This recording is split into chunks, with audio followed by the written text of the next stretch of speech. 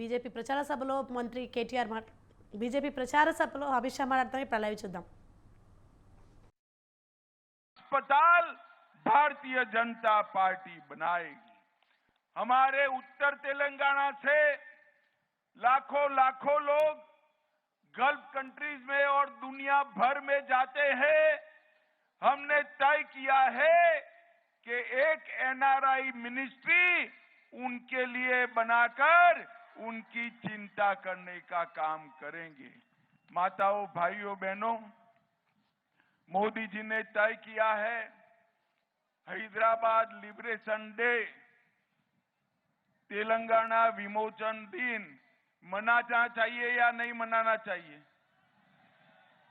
एक केसीआर रजाकारों के डर से, ओवैसी के डर से हैदराबाद विमोचन दिन नहीं मनाते हैं।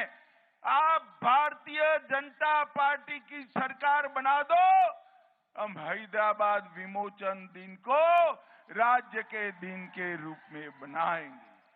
ये हजारों करोड़ का घोटाला केसीआर ने किया है। केसीआर को लगता है कि कुछ नहीं होगा। केसीआर, चैन की नींद मत सो। आपका समय अब समाप्त हो चुका है। जितने भी घोटाले किए हैं भारतीय जनता पार्टी की सरकार जांच कर भ्रष्टाचार करने वालों को जेल के सलाखों के पीछे डालने का काम ये भारतीय जनता पार्टी करेगी। मित्रों, केसीआर ने गत चुनाव में कहा था हम दलित मुख्यमंत्री बनाएंगे। 2014 में कहा था, मगर नहीं बनाया। आज मैं आप सबके बीच में कहकर जाता हूं, आप भारतीय जनता पार्टी की सरकार बनाओ, हम बैकवर्ड क्लास से मुख्यमंत्री बनाने का काम करेंगे। बैकवर्ड क्लास से भाइयों और बहनों, हमने तय किया है, मोदी जी ने पेट्रोल पर कस्टम ड्यूटी कम की, मगर केसीआर जीएसटी कम नहीं करते हैं। हमने तय किया है कि भाजपा की पहली कैबिनेट में ही जीएसटी कम कर पेट्रोल और डीजल के दाम कम कर देंगे। हमने तय किया है कि धान की खरीदी 3100 रुपया 3100 रुपीज पर क्विंटल, जितना भी धान है वो खरीद लेंगे। हमने तय किया है कि आपका जो बॉइल राइस है वो केसीआर नहीं खरीदते हैं, बॉइल राइस को भी एमएसपी पर खरीदने का काम ये भारतीय जनता पार्टी की सरकार करेगी। और अब किसानों को प्रधानमंत्री फसल बीमा योजना, उसका कोई प्रीमियम नहीं भरना है, वो भाजपा सरकार भरेगी, ये हमने तय कर दिया है। और उज्ज्वला लाभार्थी जितने भी माताएं बहनें बैठी हैं, 1 साल में 4 गैस के सिलेंडर हम फ्री ऑफ कॉस्ट देने का काम ये भारतीय जनता पार्टी की सरकार करेगी। मित्रों, मोदी जी के नेतृत्व में देश दुनिया में सबसे पहले नंबर का बनने जा रहा है।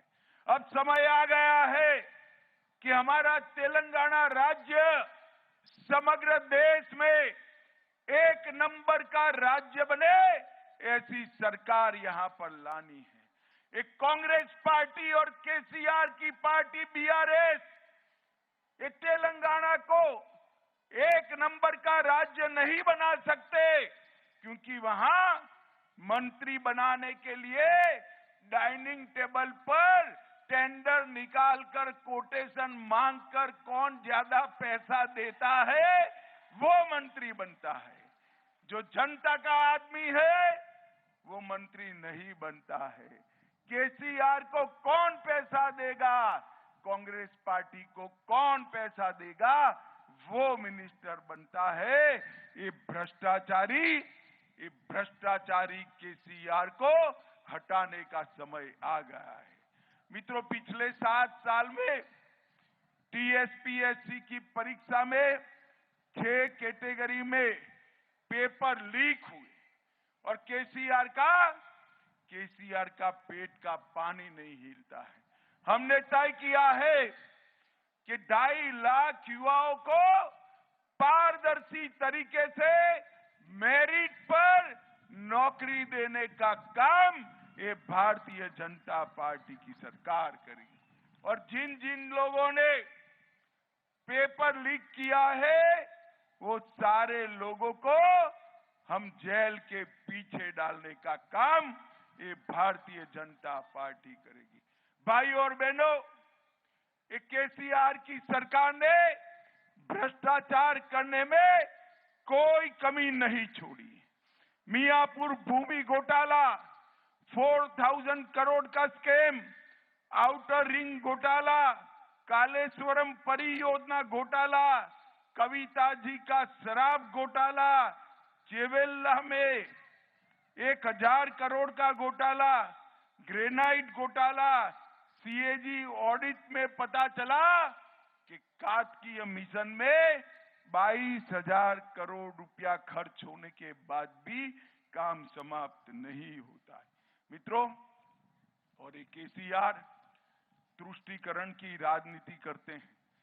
केसीआर का चुनाव चिन्ह कार है। कार मालूम है ना आपको? कार है, मगर कार का स्टीयरिंग केसीआर के हाथ में नहीं है, ये ओवैसी बंधुओं के हाथ में है। उसकी सरकार वो चलाते हैं। उन्होंने 4% रिजर्वेशन मुसलमानों को दिया है। मैं आज कहकर जाता हूं, आप भाजपा सरकार बना दो, 4% मुस्लिम आरक्षण हम रद्द कर ओबीसी और एसटी को देने का काम ये भारतीय जनता पार्टी करेगी।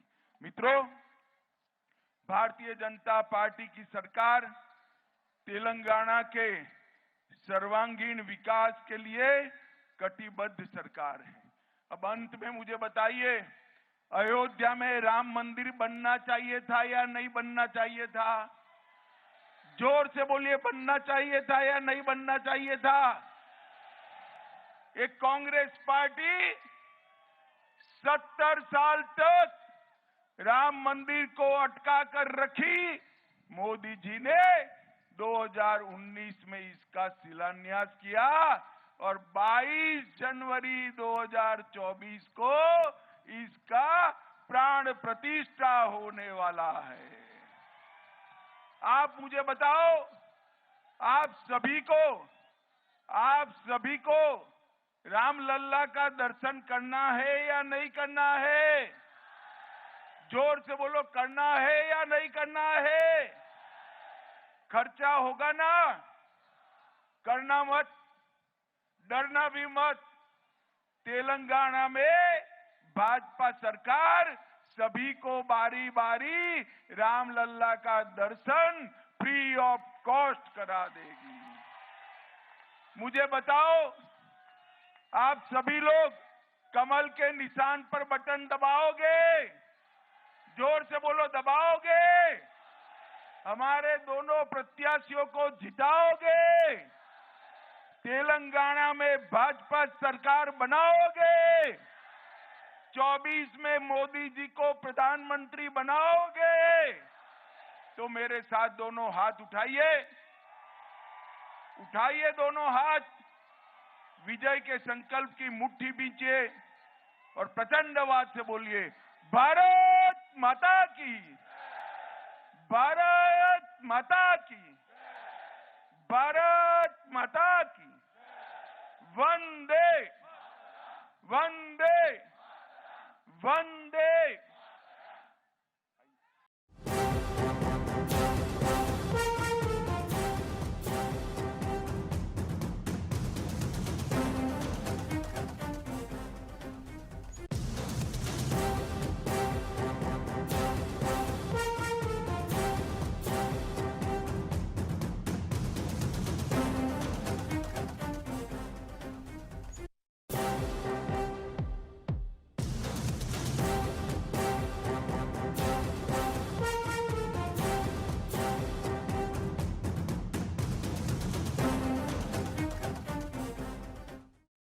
రైట్, మరొక బ్రేకింగ్ న్యూస్ చూస్తున్నాం. కాంగ్రెస్ ప్రభుత్వంపై సీఎం కేసీఆర్ ఫైర్ అయ్యారు.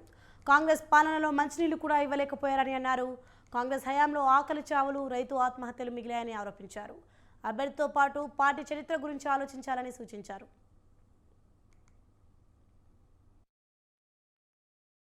కాంగ్రెస్ గవర్నమెంట్ వస్తే ధరని తీసి బంగాళాఖాతంలో ఇస్తారు. ఉన్న తెలంగాణ ఊడగొట్టిందే కాంగ్రెస్ పార్టీ. మన తెలంగాణ మనకే ఉండే 1956లో వాళ్ళు చేసిన ఒక చిన్న తప్పుకు 58 ఏళ్ళు మనం గోస అనుభవించినాం. పడరాని పాటలు పడ్డాం. అన్నిటికీ బాధలే. మంచినీళ్ళ గోస, కరెంటు గోస, సాగునీళ్ళ గోస, సింగరేణిని ముంచిండ్రు, అన్ని రకాలుగా ఏడిపించినారు. రైతులు ఆత్మహత్య చేసుకున్నాడు, ఎక్కడేం లేనోడు వలసబోవుడు, బతకబోవుడు, చాలా పెద్ద భయంకరమైన బాధ జరిగింది. 69లో మనం ఉద్యమం చేస్తే ఒక 400 మందిని కాల్చిపారేసినారు. ఇదే కాంగ్రెస్ పార్టీ. కేసీఆర్ తప్పు చేస్తాడు, ప్రజలు కట్టే పన్నులు కొంచపోయి రైతు బంధు ఇచ్చి దుబారా చేస్తాడు అని మాట్లాడుతుంది. రైతు బంధు దుబారా అండి. పిసిసి అధ్యక్షుడు ఏం చెప్తుండంటే 24 గంటల కరెంట్ ఇచ్చి వేస్ట్ చేస్తాడు కేసీఆర్, రైతులకు 3 గంటలు చాలు ఉంటాడు. కాంగ్రెస్ గవర్నమెంట్ వస్తే ధరని తీసి బంగాళాఖాతంలో ఇస్తారట. ఎందుకేయాలి బంగాళాఖాతంలో నాకు అర్థం కాదు. మీ పైరవీలు బంద్ అయినాయినా? మీరు ఒకని భూమి ఒకనికి రాసి జుట్లు తాకట్లు పెట్టి వాళ్ళ రక్తాలు తాగినారు కదా, మళ్ళీ ఏం చేస్తారట? మళ్ళీ పానీలో 24 కాలమ్స్ పెడతారట. మళ్ళీ విఆర్ఓలను పటేల్ పట్టువారిని తీసుకొస్తారట. ఇవన్నీ కూడా పెడతామంటుంది. ఉన్న తెలంగాణ ఊడగొట్టిందే కాంగ్రెస్ పార్టీ. రోజు రోజుకు తెలుగు రాష్ట్రాల రాజకీయ విలువలు పడిపోతున్నాయనే అభిప్రాయం సర్వత్రా వినిపిస్తోంది. నేతల మధ్య విమర్శలు, ప్రతి విమర్శలు అనేవి వ్యక్తిగత దూషణల స్థాయికి దిగజారిపోతున్నాయి. మాటలు తూటాల్లా పేలుతున్నాయి. ముఖ్యంగా తెలంగాణ రాష్ట్రంలో స్థాయి భేదాలు లేకుండా నేతలు తిట్లకు గేట్లు ఎత్తేస్తున్నారు. ఎన్నికల ప్రచారంలో అభ్యర్థులు అసహనంతో వ్యక్తిగత దూషణలకు దిగుతున్నారు. ప్రజా శ్రేయస్సు, అభివృద్ధి కంటే కూడా ఒకరినొకరు వ్యక్తిగతంగా దూషించుకోవడమే ప్రచారాల్లో పెద్ద పనిగా మారింది. ఒకరిపై ఒకరు బూతు పురాణాలతో దెప్పి పొడుచుకోవడమే గొప్ప ప్రసంగంగా భావించే స్థాయికి నేతల ప్రచారాలు దిగజారాయి.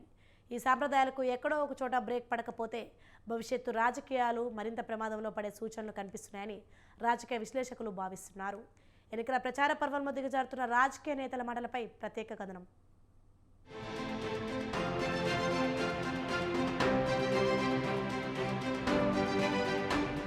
ఎన్నికల తరుణంలో రాజకీయ నేతల ప్రచారాలు ఒక్కొక్కరిది ఒక్కో రీతిలో సాగుతుంది.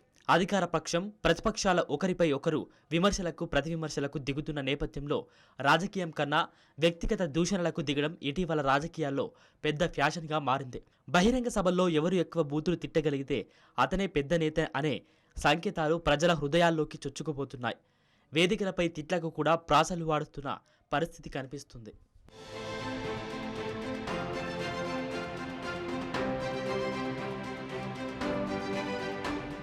నిన్నటికి నిన్న తెలంగాణ రాష్ట్ర ముఖ్యమంత్రి కేసీఆర్ రేవంత్ రెడ్డిని ఉద్దేశించి వాడు ఒక దొంగ ఫాల్త్, చిప్పకూడు తిన్నవాడికి సిగ్గు రాలేదంటూ తీవ్ర వ్యాఖ్యలు చేశారు. రేవంత్ రెడ్డి ఓటుకు నోటు కేసును ఊటంకిస్తూ ఆయన చేసిన వ్యాఖ్యలైనప్పటికీ విమర్శలు ప్రజలని ఆలోచింపజేసేవిగా ఉండాలి తప్ప ప్రజల ఆలోచన విధానాలు గాడి తప్పే స్థాయికి దిగజారిపోకూడదని, సాక్షాత్తు రాష్ట్ర ప్రజలని ఆలోచింపజేసేవిగా ఉండాలి తప్ప సాక్షాత్తు రాష్ట్ర ముఖ్యమంత్రికి ఎవరు చెప్పాలి అనేది రాజకీయ విశ్లేషకుల ప్రశ్నగా వినిపిస్తుంది. నిన్న సీఎం కేసీఆర్ విమర్శకు ఈరోజు స్పందించిన ప్రతిపక్ష నేత రేవంత్ రెడ్డి సీఎం కేసీఆర్ కంటే 2 ఆకులు ఎక్కువే చదివాడు అనడంలో అతిశయోక్తి లేదు.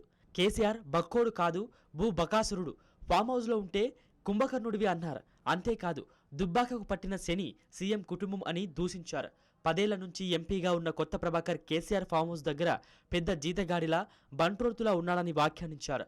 బహిరంగ సభల్లో ఈ ఇద్దరి నేతల మాటలను వింటూ పబ్లిక్ విజిల్స్ వేస్తారు, కేరింతలు కొడతారు. ప్రజల ఉత్సాహాన్ని చూసి నేతలు మరింత రెచ్చిపోయి తిట్ల పురాణమెత్తుకుంటున్నారు.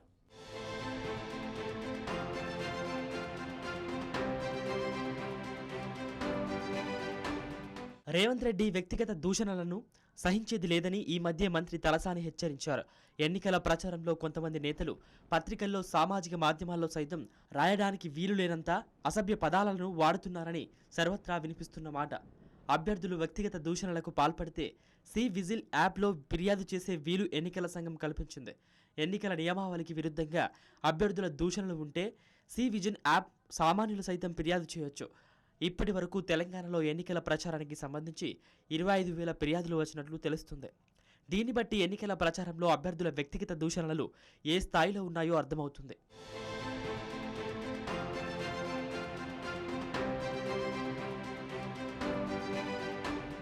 మొత్తం మీద రాష్ట్ర వ్యాప్తంగా ఎన్నికల ప్రచారంలో అభ్యర్థుల విమర్శ ప్రతి విమర్శల్లో చోటు చేసుకుంటున్న వ్యక్తిగత దూషణలు రాజకీయ విలువల్లో దిగజారుతున్న పరిస్థితులు స్పష్టంగా కనిపిస్తున్నాయని రాజకీయ విశ్లేషకులు భావిస్తున్నారు. ఈ నేపథ్యంలో అభ్యర్థులు ఎన్నికల ప్రచార పర్వంలో వాడే భాష సముచితంగా ఉండాలని సీనియర్ నేతలు అభిప్రాయపడుతున్నారు.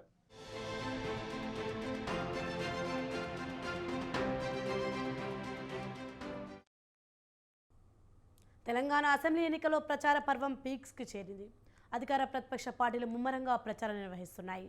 జాతీయ నేతలంతా తెలంగాణకు క్యూ కడుతున్నారు. జనం ముందు నానా రకాల హామీలు కురిపిస్తున్నారు. మరి ఓటర్లు ఏమనుకుంటున్నారు? నేతల హామీలను జనం నమ్ముతున్నారా? ఎన్నికయ్యే నేతల నుంచి సామాన్యుడు ఏం ఆశిస్తున్నాడు? పబ్లిక్ వాయిస్లో చూద్దాం.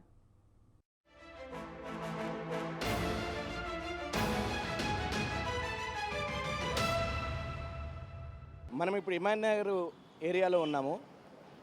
సో ఇక్కడ కూడా ఒకసారి సామాన్యుడి వాయిస్ను వినిపించే ప్రయత్నం చేద్దాము. సార్ నమస్తే. సార్ నమస్తే. ఇప్పుడు ఎలక్షన్స్ రాబోతున్నాయి మరి కొన్ని రోజుల్లో. ఏ పార్టీ అధికారంలోకి రాబోతుందని అనుకుంటున్నారు? అంటే అట్లా అని చెప్పలేను, టీఆర్ఎస్ వస్తుంది అనుకుంటున్నాను. ఇప్పుడు ఎలక్షన్స్ రాబోతున్నాయి, ఏ పార్టీ అధికారంలోకి రాబోతుందని మీ అంచనా? ఎట్లా చెప్తాం సార్ దాని గురించి? సార్ ఎందుకంటే ఇప్పుడు ఏ పార్టీ ఫుల్ మెజార్టీ వస్తున్న నమ్మకాలు లేవు. కాంగ్రెస్ వాళ్ళు మార్చేయమంటున్నారు, కేసీఆర్ వాళ్ళు మార్చేయమంటున్నారు, బీజేపీ వాళ్ళు మార్చేయమంటున్నారు. మీ మనసు ఏం కోరుకుంటుంది? ఇప్పుడు ఎందుకంటే ఆల్రెడీ టీఆర్ఎస్ ఇప్పుడు రూలింగ్లో ఉంది కాబట్టి టీఆర్ఎస్ వస్తేనే బాగుంటుంది అని మా ఉద్దేశం. కాంగ్రెస్ వస్తే ఇంకా మెరుగ్గా చేస్తామని అంటున్నారు కదా, ఎంత ఆ నమ్మకాలు లేవు కదా. బీజేపీకి ఎంతవరకు మీరు చెప్పొచ్చు? బీజేపీకి అంటే ఇక దాని గురించి ఊహాగానం లేదు మనకు. దాని గురించి కాంగ్రెస్ మాత్రం నమ్మకం లేకుండా పోయింది. 50 సంవత్సరాల నుంచి వాళ్ళు ఏం చేయలేదు, ఇప్పుడు చేస్తున్న నమ్మకం ఎట్లుంటుంది మీకు? ఇప్పుడు ఎలక్షన్స్ రాబోతున్నాయి కొన్ని రోజుల్లో, ఏ పార్టీ అధికారంలోకి వస్తుందని మీరు అనుకుంటున్నారు? కాంగ్రెసే అనుకుంటాను మేమైతే. ఇప్పుడు నాకు అదే పొల్యూషన్ కనపడుతుంది. ఇప్పుడు ఈ పరిపాలన కూడా మంచిగా అనిపిస్తుంది, అందరికీ నచ్చేటట్టు లేదు. కాంగ్రెస్ పథకాలన్నీ బాగా పథకాలు ఆక్రమించి మనకు శక్తిని మించిన పథకాలు అవుతున్నాయి. ఇప్పుడు ఒక్కొక్కరికి ఒక కుటుంబానికి 10 లక్షలు ఇస్తే దళితులకే 10 లక్షలని సీఎం ప్రకటించిండు. ఒక్కరికే 10 లక్షలు ఇస్తే ఉన్నోళ్ళందరూ ఏడబోవాలి? బీసీలు ఉన్నారు, అగ్రకులాలు చిన్నవి ఉన్నాయి, పెద్దవి ఉన్నాయి, అందరికీ సమాన హక్కులు వచ్చేటట్టు పథకాలు ఉండాలి. కానీ ఒకరినే పూజించేటట్టు, ఒకరిని ఎండబెట్టేటట్టు బీసీలకు అయితే ఏమాత్రం ఏ అధికారాలు లేవు, కనీసం రిజర్వేషన్లు లేవు, ఒక ఉద్యోగాలన్నా ఏ పరిస్థితి లేదు. వాడు సాగకుండా బతకకుండా బీసీలకు. మరి ఇప్పుడు మనం కష్టపడి తెలంగాణ తెచ్చుకున్నాం, మళ్ళీ తీసుకుపోయి ఢిల్లీ చేతులలో పెడదామా మన తలలు అని అంటున్నారు. దానికి ఏమంటారు? దానికి ఏమంటారంటే ఇప్పుడు అందరూ ఈయన బాగు చేసింది ఏమీ లేదు, వచ్చేటోళ్ళు కూడా చేసేది చెప్పిర్రు. ఒకసారి వాళ్ళకు మళ్ళీ ఛాన్స్ ఇద్దాం. 30 ఏళ్ళ కాంచి కూడా చేసిరు, వాళ్ళు చేసినా కూడా కొంతవరకు మంచిగానే అనిపించింది. కానీ వీళ్ళు వచ్చిన కాంచి మొత్తం అసలు ఇక వాళ్ళ వరకే, కార్యకర్తల వరకే. ఇప్పుడు సీఎం ఉన్నాడు, సీఎం ఒక ఊరు చింతలమడుగు ఏదో వాళ్ళ ఊరు ఉన్నది. ఆ ఊర్లే ప్రతి కుటుంబానికి ప్రతి ఇంటికి 10 లక్షలు చెందేటట్టు చేస్తానన్నాడు, చింతమడక. అయితే ఆ ఒక్క ఊళ్ళో వేస్తేనే సీఎం అయిండు ఆయన, చెప్పండి మీరు. ఆ ఒక్క ఊళ్ళో వరకు వేస్తేనే సీఎం అయిందా? రాష్ట్రం అంతా ఆయన పిల్లల లెక్క కుటుంబం, ఆయన కుటుంబం లెక్క చూసుకోవాలి. కానీ రాష్ట్రం మొత్తం అట్లా చూస్తలేదు ఆయన వరకు. ఆయనకు ఎవరైతే మంచిగా ఉన్నారో వాళ్ళకు, ఆ రేట్లకు వాళ్ళకి సంబంధించిన వాళ్ళ కుటుంబాలకు కానీ వాళ్ళకు నచ్చిన వాళ్ళకి కానీ సాయం చేసుడు తప్ప అసలుని అర్హత ఉన్నోనికి ఎవరు పట్టించుకునేటోళ్ళే లేరు. ఏ సీఎం లేడు, ఏ ఎమ్మెల్యే లేదు, ఎవరు లేరు. బీజేపీ హడావుడి ఎంతవరకు మనకు రిజల్ట్ చూపించబోతుంది? బీజేపీ అంటారు కానీ అది కష్టం చాలా రావటం. మేము రూలింగ్లోకి వచ్చే అవకాశాలు అతి తక్కువ రోజుల్లో ఉన్నాయని అంటున్నారు. ఆ రూలింగ్ల కంటే అది చెప్పలేము, దానికి ఎక్కువ బలం లేదు, చెప్పలేము. ఇక అది వచ్చేది మనకు ఇప్పుడు, ఎందుకంటే ఈ మాత్రం మూమెంట్లో ఉన్నాయి. ఇప్పుడు ఎలక్షన్స్ జరుగుతున్నాయి కదా, అంటే కొన్ని రోజుల్లో జరగబోతున్నాయి. ఏ పార్టీకి పట్టం కట్టే అవకాశాలు ఉన్నాయి పబ్లిక్ అంటే ఇప్పుడు తెలంగాణ నడిచేది బీఆర్ఎస్. ఆయన రైతు బంధు, ఆ బంధు, ఈ బంధు ఇస్తుండు, ఫ్లైవర్ కానీ ఇది అంత అభివృద్ధి కేవలం సిటీలో మాత్రమే, కానీ పల్లెల్లో అలాగే ఉన్నది ఇబ్బందులు. కరీంనగర్లో అయింది కదా అన్న, కరీంనగర్లో కూడా అయింది కదా. ఇప్పుడు కాంగ్రెస్ పరిస్థితి ఎలా ఉండబోతుంది? కాంగ్రెస్ అంటే ఇప్పుడు కర్ణాటకలోనే కరెంట్ ఇస్తున్నా అని చెప్తారు, కరెంట్ లేదు, బిస్కెట్ అయిపోయింది అక్కడ. అక్కడ వాళ్ళు వచ్చి ఇక్కడ మన దగ్గర వాళ్ళు మాట్లాడుతారు కరెంట్ లేదు ఏం లేదని. నడుస్తుందంటే దళిత బంధు, షాదీ ముబారక్ అన్నీ నడుస్తున్నాయంటే తెలంగాణ కేసీఆర్. బీజేపీ వేవ్ ఎంతవరకు ఉపయోగపడుతుంది? బీజేపీ వస్తుందన్న మాట 3-4 వస్తుంది సీట్లు అంతే. వచ్చేదైతే నాకు తెలిసి బీఆర్ఎస్. కొత్తగా మరి బీఎస్పీ కూడా మనకి ఇక్కడ అన్నీ పక్కబడి ఇది వస్తుంది. మార్కెట్ నడిచేది కేసీఆర్. జనసేన కూడా మొదటిసారి జనసేన ఏమొస్తుందన్న ఆంధ్రాలో అయితే నడుస్తుంది. ఈడైతే ఇక ఇక్కడ అభ్యర్థులను కూడా గెలుపు గుర్రాలను నిలబెట్టారు బరిలో. 7 మంది ఉన్నారు, 7-8 మంది ఉన్నారు కదా. నడుస్తే అంటే వస్తుంది. కుకటపల్లిలో మన అక్కడ ఏమంటారు అటు ఇంకో దగ్గర పోటీ చేస్తారు కదా, అక్కడ కూడా వస్తుంది. ఇప్పుడు ఓవరాల్గా మనం చూస్తుంటే ప్రభుత్వం మారితే బాగుంటుంది అంటారా, లేకపోతే అదే ప్రభుత్వం కంటిన్యూ అయితే బాగుంటుందా? Hattrick CM KCR. Hattrick CM KCR ఉండాలన్న. మంచిగా అవుతుంది. మంచిగా అయినా ఇంకా మనము బిస్కెట్ చేసుకుంటే వేస్ట్ అవి. హైదరాబాద్ మొత్తం చూడు, చూడు ఫ్లైఓవర్లు ట్రాఫిక్ ఉందా. ఇప్పుడు నెక్స్ట్ కొన్ని రోజులు అయితే ఇది కూడా ఫ్లైఓవర్ పడిపోతుంది అనుకుంటున్నా నాకు తెలిసి. ఆడ చూడాలి ఆ ఫ్లైఓవర్ ఎంత పెద్దగా ఉంది. 4-5 సిగ్నల్ దాటి పోతుంది అది. అంత పెద్ద హైట్లో కట్టిందంటే గ్రేట్ అది. నిజంగా అయితే గ్రేట్ అది. కేసీఆర్ సూపర్. బాగా పోటాపోటీగా అందరూ ప్రచారాలు అయితే చేస్తున్నారు. అన్ని పార్టీలో ఎవరు తగ్గట్లేదు. త్వరలు కొట్టుకున్నాడు, జబర్దస్తుడు, మీసాలు అందరూ తిరుగుతున్నారు. మేం గెలుస్తాం అని అయితే అంటున్నారు. కానీ అధికారంలోకి వచ్చే పార్టీ ఏది నీ మనసుకు తెలిసి? నా మనసు అయితే కేసీఆర్. ఎలా చెప్పగలుగుతారు అంత గట్టిగా? గట్టిగా ఉంది, అదే ఉంది. కాంగ్రెస్ కూడా వస్తామని అంటుంది కదా. వస్తాయి, ఇదైతే పోటీ ఇదే ఎక్కువ ఉంది కదా, ఇదే గెలుస్తుందని నా నమ్మకం. బీజేపీ అవకాశాలు ఎంతవరకు? ఏమో నాకు కూడా అంత తెలియదు కానీ నాకైతే నమ్మకం అయితే కేసీఆర్ వస్తాడని నమ్మకం అంతే. కేసీఆర్ ఈ బీఆర్ఎస్ నుంచి మీరు తీసుకున్న లబ్ధి పొందిన పథకాలు ఉన్నాయా మీకు? ఉన్నాయి, వచ్చినాయి. ఏమొచ్చినాయండి? మాకు కేసీఆర్ ఇల్లు ఇచ్చాడు. డబుల్ బెడ్రూమ్ ఇల్లు వచ్చింది. వచ్చింది. ఎక్కడ వచ్చిందండి? నాకు వచ్చింది హైదరాబాద్లో. హైదరాబాద్ నుంచి. ఇంకా ఇంకా అంతే, అడిగి ఇల్లే వచ్చింది, అంతే లేదు. ఓకే అన్న చెప్పన్నా. ఇప్పుడు అందరూ ప్రచారాలు హోరాహోరీగా చేస్తున్నారు. ఏ లీడరు ఏ పార్టీ కూడా తగ్గుతలేదు. అధికారంలోకి వచ్చే పార్టీ ఏది అంటే ఏం చెప్తావు? నేను టీఆర్ఎస్ అని చెప్తా. ఎట్లా ఎందుకు చెప్పగలుగుతున్నా? నా కూతురు మ్యారేజ్ అయింది. నా కళ్యాణ లక్ష్మి కింద నాకు 1,1016 రూపాయలు ఇచ్చిండు. ఇప్పుడు నా పాపకు ఇది ఒక పాప పుట్టింది, ఒక బాబు పుట్టారు. వాళ్ళకు కూడా గవర్నమెంట్ హాస్పిటల్లో చూపిస్తే డబ్బులు కూడా ఇచ్చారు. వాళ్ళు పాపకు 13,000 ఇచ్చారు, పాపకు 12,000 ఇచ్చారు. మళ్ళీ నాకు ఊర్లో పొలం ఉంది, రైతు బంధు కింద నాకు పొలాలకు దానికి కూడా డబ్బులు కూడా పెట్టుబడి డబ్బులు కూడా పడుతున్నాయి మాకు. మరి నేను అప్పుడు ఎవరికి చెప్పాలి? నేను ఓటు కూడా నేను కేసీఆర్ సార్కి వేస్తా, టీఆర్ఎస్ గవర్నమెంట్ రావాలని కోరుకుంటా. ఇంకొకటి, అందులో మనకు జరగబోయే పనులు కూడా ముందుకు ఇంకా కొన్ని ఆగిపోయినాయి. ఆ గవర్నమెంట్ గెలిస్తే మళ్ళీ కేసీఆర్ సార్ హ్యాట్రిక్ కొడితే ముందు భవిష్యత్తులో కూడా మనకి ఇంకేమైనా పనులు జరుగుతాయేమో ఆశిస్తున్నాను నేను. మరి ఒకసారి మార్పు కోరుకున్నా, కాంగ్రెస్ కూడా ఒకసారి అవకాశం ఇవ్వండి అని అంటారు. కరెక్టే, కానీ కాంగ్రెస్ 50 సంవత్సరాలు పరిపాలించింది, కాంగ్రెస్ పరిపాలించింది కదా సార్. మరి ఏం చేసింది సార్ 50 సంవత్సరాలు? అప్పుడు ఎన్టీఆర్ కాంగ్రెస్ గవర్నమెంట్ ఉన్నప్పుడు 50 సంవత్సరాలు పరిపాలించినప్పుడు ఎన్టీ రామారావు గారు టీడీపీ గవర్నమెంట్ కలిపి 2 రూపాయల కిలో బియ్యం తీసుకొచ్చి ఆయన మార్పు తీసుకొచ్చారు. అప్పుడు ఇది వాస్తవమా కాదా? ఇప్పుడు మరి బీజేపీ కూడా అదే మాట అడుగుతుంది. బీజేపీ ఏం పెట్టింది సార్? బీజేపీ అసలు నాకు అసలు నమ్మకమే లేదు. బీజేపీ అసలు ఏమీ లేదు సార్. వాళ్ళు కేంద్రంలో ఉన్న మోడీ గారు అన్నారు, నేను సామాన్య మానవుడు, నేను ఛాయ్ అమ్మి 3 సార్లు సీఎం అయినా, 4వ సారి ప్రైమ్ మినిస్టర్ అయినా అన్నాడు సార్. మరి సామాన్య మాకు ఏం చేస్తున్నాడు సార్? మాకైతే ఏమీ చేయట్లేదు. ఇప్పుడు మా కేసీఆర్ సార్ ఉన్నాడు, మాకు ట్యాక్సీ బంద్ చేయించిండు. ట్యాక్సీ లేదు మా కాడ, నడుపుకుంటే నా ట్యాక్సీ లేదు. ఇంకా ముందు బస్సులో గెలిపించుకుంటే హ్యాట్రిక్ కొడితే ఇంకా ముందు బస్సులో మాకు ఏమైనా చెప్తాడేమో అని మేము ఆశిస్తున్నాం సార్. ఎలక్షన్స్ కొన్ని రోజుల్లో రాబోతున్నాయి. అవును. ఏ పార్టీ అధికారంలోకి వస్తుందని మీరు అనుకుంటున్నారు? బీజేపీ. అవును. ఎలా చెప్పగలరు బీజేపీ?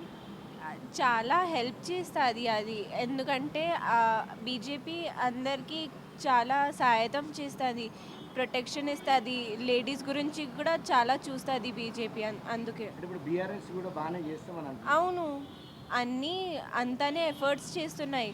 కానీ బీజేపీ అంటే చాలా ఎక్కువ ఎఫర్ట్స్ చూపిస్తుంది, అన్నీ చూపిస్తాయి. కానీ బీజేపీ అంటే ఎక్కువ ఎఫర్ట్స్ బయట చూపిస్తుంది.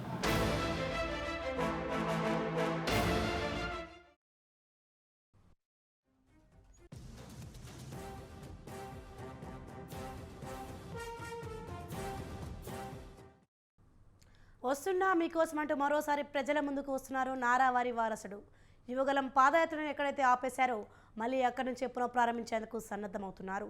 అయితే ముందుగా నిర్ణయించిన ప్రకారం ఇచ్చాపురం వరకు కాకుండా విశాఖలోనే ముగియనుంది యువగలం పాదయాత్ర.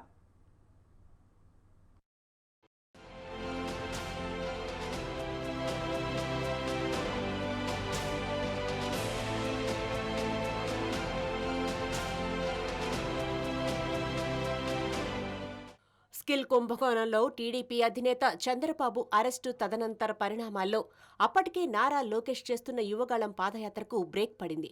సెప్టెంబర్ 9న బాబు అరెస్టు సమయానికి కోనసీమ జిల్లా రాజోలు నియోజకవర్గంలోని పొదలాడలో పాదయాత్ర చేస్తున్న లోకేష్ అక్కడికక్కడే తాత్కాలికంగా విరామం ప్రకటించారు.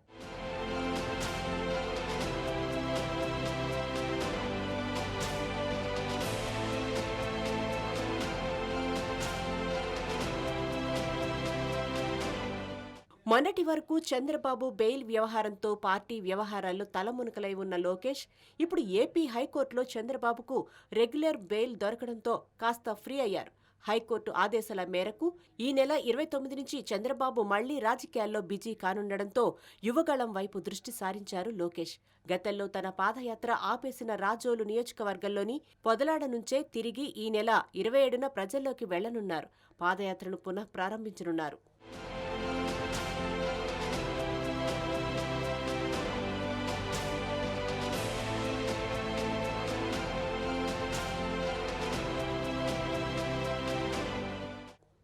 రాజోలు, అమలాపురం, ముమ్మిడివరం, కాకినాడ పట్టణం, కాకినాడ గ్రామీణం, పిఠాపురం, తుని నియోజకవర్గాల మీదుగా పాదయాత్ర అనకాపల్లి జిల్లాలోకి ప్రవేశిస్తుంది.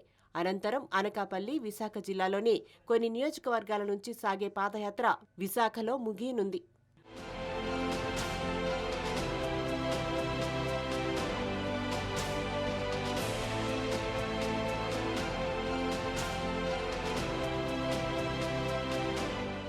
ముందుగా నిర్ణయించిన ప్రకారం ఈ ఏడాది జనవరి 27న కుప్పంలో యువగళం పేరుతో మొదలైన యాత్ర 400 రోజుల్లో 4000 కిలోమీటర్లు పూర్తి చేయాలన్న లక్ష్యంతో మొదలైంది. అందుకు తగ్గట్టుగానే రూట్ మ్యాప్ రూపొందించారు. 208 రోజుల్లో 2852 కిలోమీటర్ల దూరాన్ని పూర్తి చేశారు లోకేష్. మొత్తం 9 ఉమ్మడి జిల్లాల్లోని 84 నియోజకవర్గాల మీదుగా పాదయాత్ర కొనసాగింది. అయితే మధ్యలో చంద్రబాబు అరెస్ట్, పార్టీ వ్యవహారాల పర్యవేక్షణ కోసం 2.5 నెలల పాటు విరామం ఇచ్చారు. ఇప్పుడు పరిస్థితులు సానుకూలంగా ఉన్నాయని భావించి మళ్లీ యువగళం పేరుతో ప్రజల్లోకి వెళ్లేందుకు సిద్ధమయ్యారు నారా లోకేష్.